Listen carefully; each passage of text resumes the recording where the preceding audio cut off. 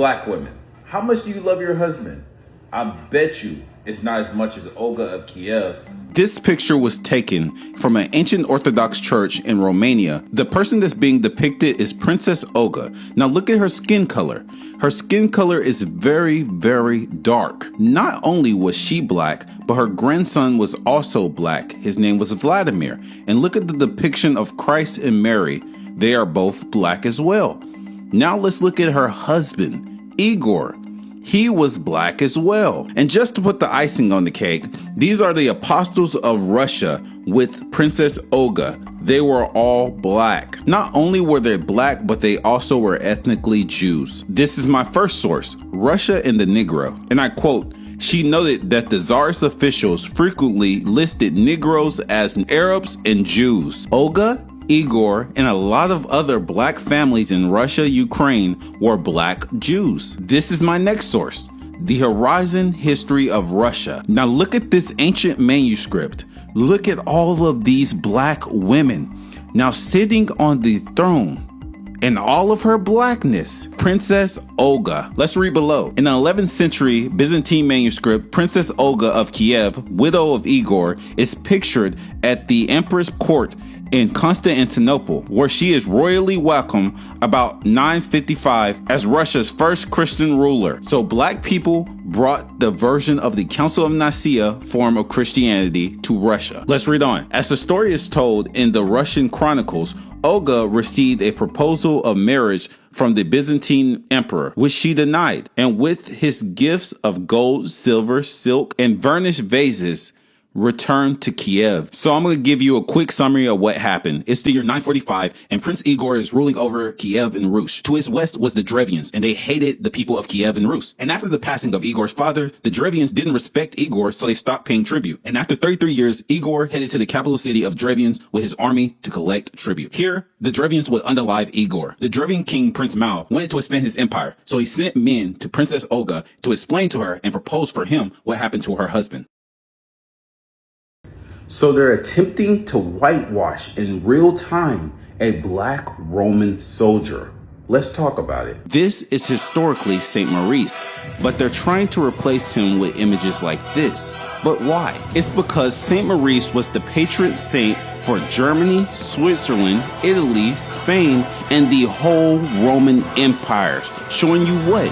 That there were black Romans. This is my next source, the image of the black in the Western art. You can see Saint Maurice depicted in paintings, statues, and standing next to nobility. This image shows a depiction of his life. He was baptized under Christianity. He was given orders to be over the Roman Legion of Egypt, and then he was given the task to execute the Judo-Christians of Egypt, which he refused, and then he was beheaded, becoming a martyr. This is my next source, a short history of the Copts and their church, an account of how the Christians from among the Quips of Mizir, the Copts of Egypt, came under the yoke of the Muslims of the tribute they were by them made to pay. The reason why this is so important is because Saint Maurice was made the Roman general over the Egyptian legion, the other portion of the whole people of Egypt, who were called Quips and were of mixed descent, among who one could not distinguish Copts from Abyssinians, Numidians, or Israelites, and they were all Jacobites. Christopher Columbus used black Moors to get to the Americas and to translate to the Native Americans. Following the fall of Grenada in 1492,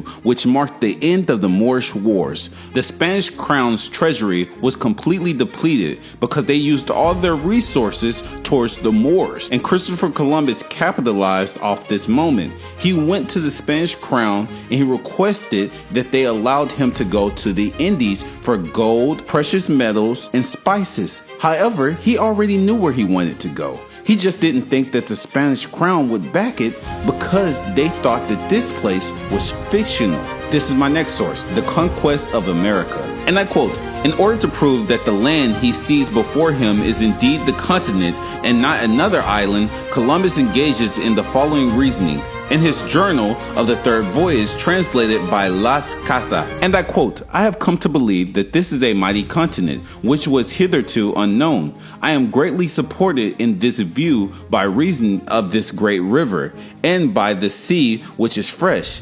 And I am also supported by the statements of Esdras in his 4th book, the 6th chapter, which says the 6 parts of the world consist of dry land and 1 part of water." So in Columbus's journal, he writes that he knew he was in the right place by the support of the book of Esdras. And when you go to 2nd Esdras, chapter 13 and verse 40 down to 45, the 10 lost tribes of Israel went to a place called Ozareth. And when you look up Ozareth in the Jewish Encyclopedia, it says that Columbus identified America with this land. Now let me show you why that's important. This is my next source, the Seals of Hope. And I quote, "Why did Columbus take an interpreter for Hebrew with him? Hebrew was not the language of any country in the known world. The only possible explanation must be that Columbus expected to be reaching countries in which the Jews lived and governed. When the Spanish reached the mainland of South America and conquered the kingdom of Peru, they were again disposed to look for evidence that the Peruvians were of Jewish origin. And they weren't the only ones. You also have Nicholas Maduro that said that he was the descendant of Moors of Sephardic Jew background. This is my last source. After Columbus, North American Indians. Look at this manuscript. Look at the top. Look at the illustration. It says Yahweh above the Native American. Did you know that the war between black men, dog-headed people, and wild men led to the story of the Beauty and the Beast? Let me explain. In order to understand this history, you must first understand the doghead, the Moor, and the wild man. The doghead and the wild man are one and the same. Let me explain. My next source is called Wild Man, Saint or Sinner. And when you read this article, it shows you that the wild men were called barbarians by the Romans, and they were uncivilized Germanic tribes like the Visigoths. They appear all the way from the Dark Ages to the Renaissance as cannibalistic, sexual deviant predators. This is my next source, The Wild Man, Medieval Myth and Symbolism. And I quote, "When he killed game, he ate it completely raw." By many accounts, the wild man also indulged in cannibalism. By the 16th century, this habit brought him in association with werewolf and other flesh eaters. And I quote, "Icons with the dog heads, particularly of Saint Christopher, existed in Eastern Orthodox traditions due to the blend of ancient folklore, potential linguistic errors, and symbolic theology. They represent a savage barbarian other who was converted to Christianity, signifying even the most monstrous can be transformed by faith. In medieval times, doghead was a slur for non-Christian barbarian or people on the edge of the known world, representing a raw, untamed humanity. Those people on the edge of the known world are the Visigoths. And yes, this is Saint Christopher. Look at his club that he's holding with the baby on his back. Now, this is dog-faced Christopher. Look at the baby on his back. The wild man and these dog-faced people were the same people. Now let's talk about a real account of a wild man. This is Petrus Concavos of Spain and his wife Catherine. You might recognize them from the Disney movie Beauty and the Beast.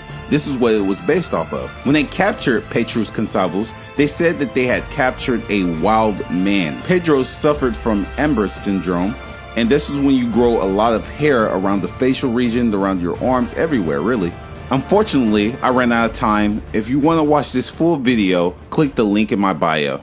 You're going to be outraged once you hear what the Roman Empire put these black women through. Their names are Felicities and Perpetua. And I quote, Saint Perpetua and Saint Felicity were martyred on March 7, 203 AD in Carthage, modern-day Tunisia. After being condemned for their Christian faith, they survived an additional attack by a wild heifer in the arena, but were ultimately put to death by gladiators. For those of you that don't know, the Romans built a gladiatorial arena in Carthage. It was called El Gym. And these gladiators were black men and women. I'm going to show you that. The War of the Jews. And I quote, for centuries, Jews have been living at peace with the Shemitic Negroid Berbers or Hamitic Berbers. in lands we call Morocco, Algeria, and Tunisia. Remember, the sisters came from Tunisia. The gladiators came from Tunisia. That is Carthage. This is my next source, Imperial Rome. And I quote, "The more unusual the contest, the better the Romans liked it. Gladiators often fought with mismatched weapons. Negroes, a rare sight in Rome, were matched with each other." And that's the same with this story. They wanted the men to turn against the black woman, but he refused to. So she had to grab the tip of his sword and unalive herself. That's what Rome wanted. The emperor at the time was a black man by the name of Septimius Severus, and he was persecuting his own people because he was a pagan. And I quote, "The women were stripped and subjected to a fierce mad heifer. Perpetua was thrown and trampled, but she immediately got back up to adjust her torn clothing and fix her disheveled hair to preserve her modesty. She kept the commandments to the end, and these were her last words. Stand fast in the faith and love one another, all of you, and be not offended at my suffering." There was a black king in Greece. You've heard of him, but you didn't know that he was black. His name is Leonidas. Let's talk about it. The legend of the Spartans and the Battle of Thermopylae has echoed throughout ages, and I quote, "The Battle of Thermopylae, 480 BC, saw a small Greek alliance led by 300 elite Spartan hoplites under King Leonidas hold off Xerxes I's massive Persian army for 3 days. This is an actual picture of Spartan hoplites. Look at their skin. They're black. This is not a tan, and I'm going to show you. This is another picture. Look at his skin. This is not a tan. He is black complected. And hoplite is an elite Spartan warrior. It's like a soldier. We just seen what color the hoplites were. Now let's look at a bust of King Leonidas. This is a 500 BC bust of Leonidas. Now let's see what history says about him. And I quote, "Yes, King Leonidas was a trained hoplite." You remember those black soldiers we seen? Yeah, he was one of them. This is my first source, Frank Miller's 300. The movie was based off of this book. So why did they exclude all the black-skinned people with locks, men and women? Children. We also can't forget the God of War franchise. Throughout this franchise, Kratos, the main character, said that he was a Spartan, and also he was black.